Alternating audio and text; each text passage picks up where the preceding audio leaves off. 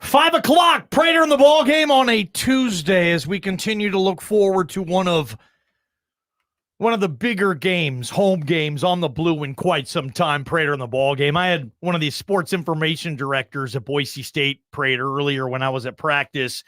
He hasn't been in Boise for more than a couple of years, and he said, ball game, this game against Washington State is the biggest game on the blue since when? And I thought, I'd go Oklahoma State. A couple of years ago, Big 12 team coming in early in the season, but this has a lot of other sizzle too. So Boise State, Washington State, we're getting you ready for a massive opportunity for both programs on Saturday night, Prater. And eventually this hour, we promise we're going to give our listeners a shot to go to this game. 56 minutes. We may make you wait the entire 55 and a half minutes, but we'll get to it this hour. We have no choice. Or we'll make them wait another 10 minutes. I don't know. Or maybe the next... Why is my light being 30 weird? minutes? I know you're... Did I push the wrong button? You did. My little social media studio light is flashing rainbows at me. That's for our video audience. It is our Dollar Loan Center video segment in Boise State's offense. Spectacular, record-setting pace, excellent.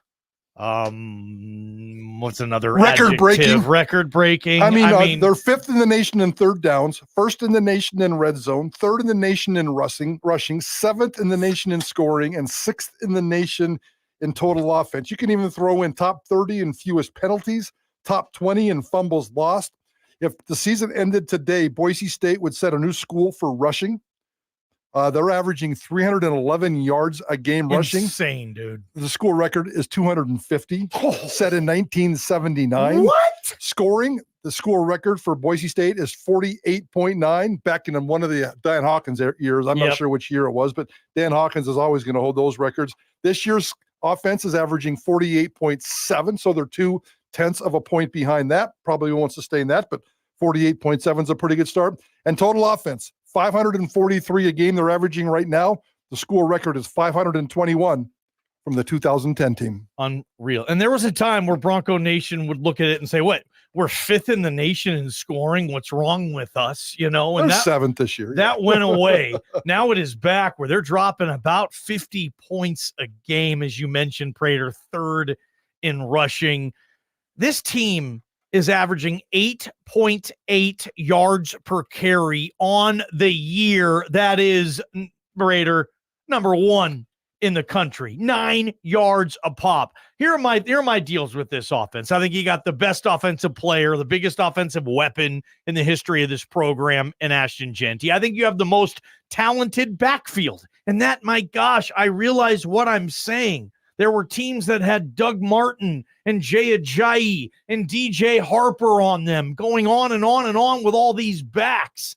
But, dude, what I see here with Jeanty, Sire, Riley, Breezy, I think you could have the most talented backfield in this program's history. My two big questions is, will Maddux Madsen at some point, will the passing game limit this thing? And will the passing game get better? Because Prater, they rank third in rushing yards per game. This offense, which I love, ranks 67th in passing yards per game. 67. But isn't that by design? This is supposed to be a run-first offense. Dirk Koetter has been telling us for 2 months now that he's going to, every 3 out of every 4 plays, he's going to run the football. I don't want this to be a passing team. This offense is not designed to be a passing team. At one point, do we need Maddux Madsen to be a... I don't know. I mean, maybe it certainly wouldn't hurt, but for every pass they throw, that's one possession, that's one snap where they're not giving the ball to Ashton Jeanty, and everything around this football team should start around Ashton Jeanty. They should be averaging 311 yards rushing every single game for the rest of the season, and then if they can pop out a 250 on passing, and it's just a compliment. It's basically to set up the play action. I only need the running or the passing game for the play action. And it feeds off each other, obviously. But I don't need this to be a better passing team. I just think if this offense does get in a situation where there's a close game here and there, and they need the passing game to bail itself out, or not bail it out, they need the passing game to lean on to win a game. Can it? And will it be ready to work? I don't know. But I don't want to get in that situation. I want Ashton Jeanty in that situation. Totally. But I mean, you can't give it to Jeanty on 3rd and 8 every single time all season. Why not? You just told me he's averaging 10 yards a carry. You just can't, Prater. You have to throw on most of 3rd and 8s. But don't feed the idiots and think that this Boise State football team needs to be better at passing. I mean, yeah, sure. Maddux, there's plenty of things for Maddux to get better on. There's no doubt about that. Yes. He's at 57, 58%. I'd like to see that number to 60, 65%. I think you take away the second half of the Oregon game, he's at 60, 65% and doing just fine. He's coming off of a great game, yes, against an FCS opponent. He's going to have to match John Mateer and the Washington State offense and score a lot of points this week. But to me, that always is going to start with Ashton Genty.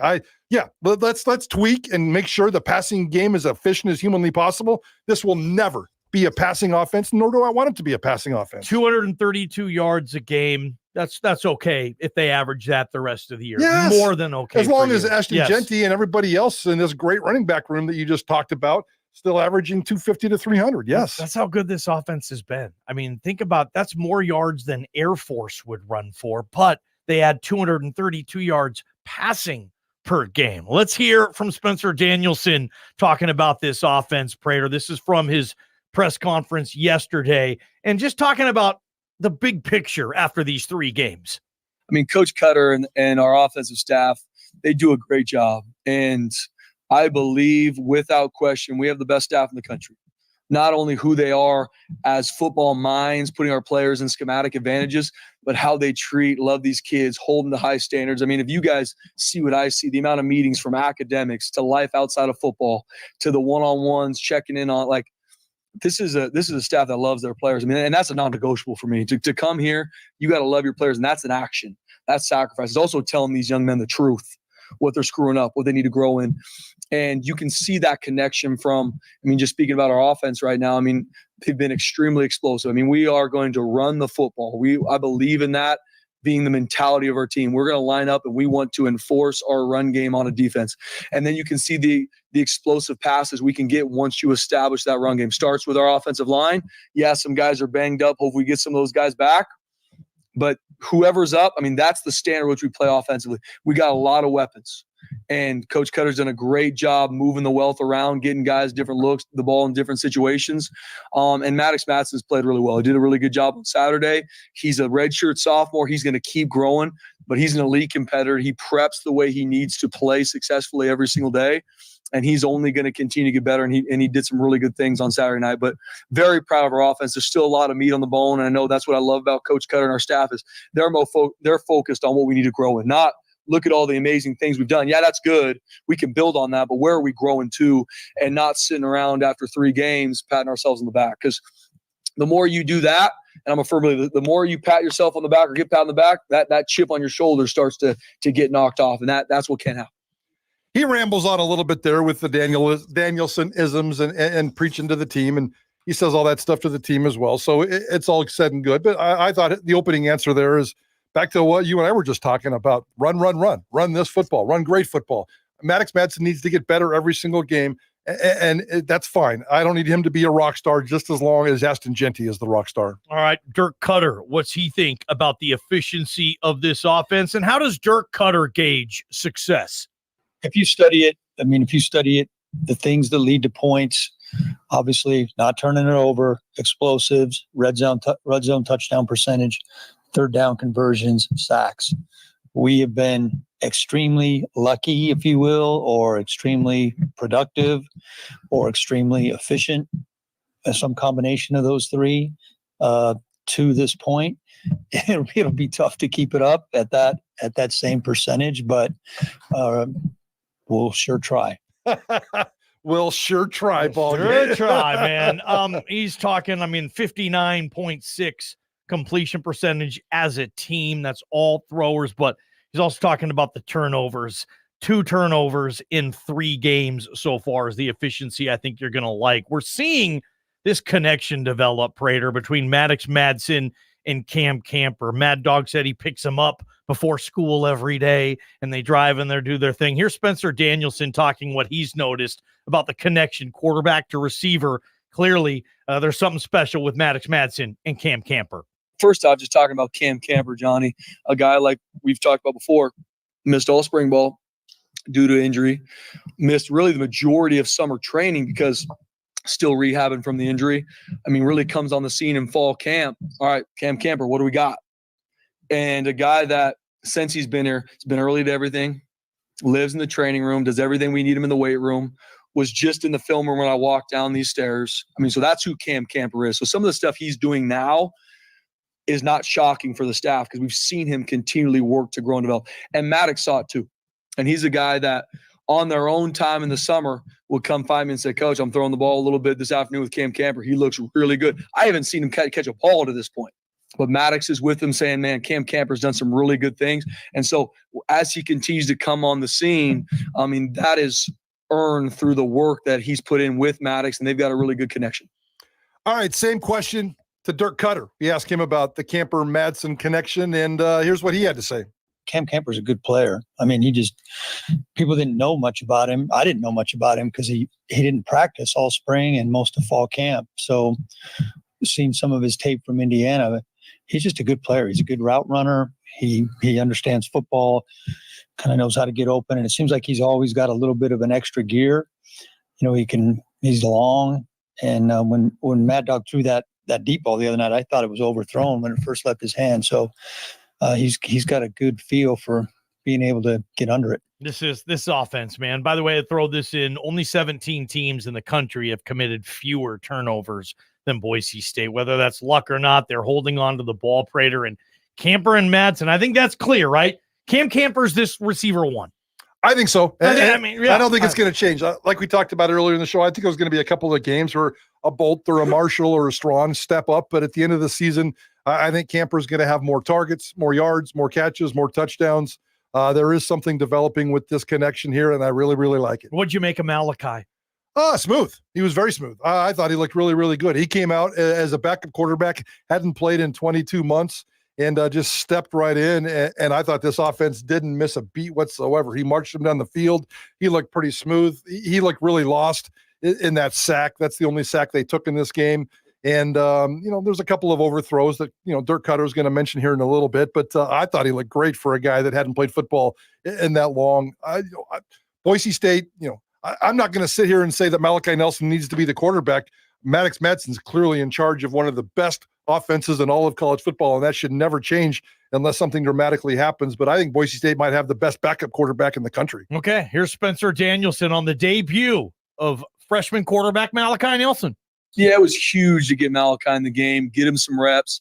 Obviously, just like there's some things he did good. There's some things some throws, some decisions he made that we need him to grow in. But it's the only way to learn is to continue to get reps from practice that you earn. But then when we can get our players in these games, especially Malachi, he hasn't played in a game in a while, getting him out there, having him feel what it feels like to get calls from the sideline, coach to player communication when everything's going on. He did some really good things, some things that I know he needs to continue to grow in, a couple throws, a couple decisions, but he did some good stuff. It was huge to get him out there and get those reps, Mike. It was really fun to watch him. And you could tell, I mean, the crowd stuck around in the second half of a blowout, probably just for that particular case. And he came out. I didn't notice a large cheer, and I was kind of paying attention for that. I think there was some nice, polite applause, and then I think people kind of just sat on their hands and just kind of watched him for a couple of possessions. And again, I thought he looked smooth ball game. I did too. But Dirk Koetter, his opinion of Malachi Nelson, people have discussed it here and there. We asked him, what did Dirk Koetter think of Malachi's debut, and how'd he grade out? Well, I'm not going to give you the number, but all three quarterbacks were efficient in what they did. I mean, it was great to get Malachi in there. It was great to get all of our second team and a lot of third team guys in the game. There's nothing better than having a chance to get those guys in a real game. And Malachi made one of the best plays of the game on that 3rd and 24, whatever it was. That was a beautiful throw, great read. He also missed a couple of throws that he can make. There you go. That's from Dirk Koetter. And I thought it was a way better than average debut with only promising to come. You don't really know how much playing time he's going to get. I don't anticipate there being a lot of blowouts from this football team moving forward. Certainly not Saturday night, but now that we've kind of got a taste of him, I know everybody's hungry for more. But I also think the the Malachi Nelson conversation has died down a little bit as Maddux Madsen has done what he's had to do. It is. And he's not turning the ball over. He's not a turnover machine. He doesn't make mistakes. He's exactly what Dirk Koetter wants in this offense. And this offense is averaging 543 yards a game and 48.7 points a game.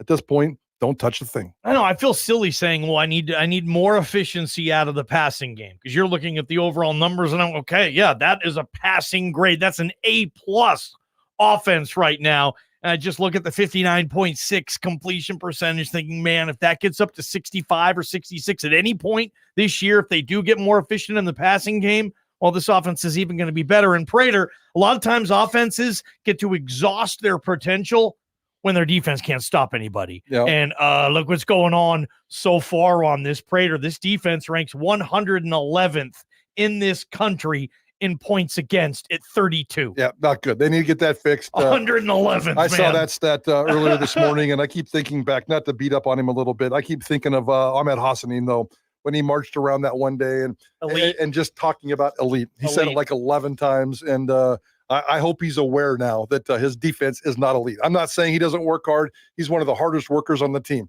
He's one of the biggest carers on this team. But self-awareness is very, very important. And to walk around and call your defense elite 11 different times in a press conference when it's far from elite, I hope he's working on that pretty damn hard right now. Michael Forrest Prater. You know him, you love him. Well done. I agree with you 100%. Prater, let's get caller number 25. Oh, is it time? Caller number 25. Woo! Remember Monday's keyword. Call JP 208-424-9300. Call that number right now. If you are caller number 25 and you know Monday's keyword, you're going to get tickets to Boise State, Washington State. Prater, when we come back, let's get back to the Pac-12. Gloria Navarez releases a statement. Oh, she ain't happy. Prater on the ball game. KTIK, the ticket. From the Beacon Plumbing Traffic Studios, this is Ticket Traffic.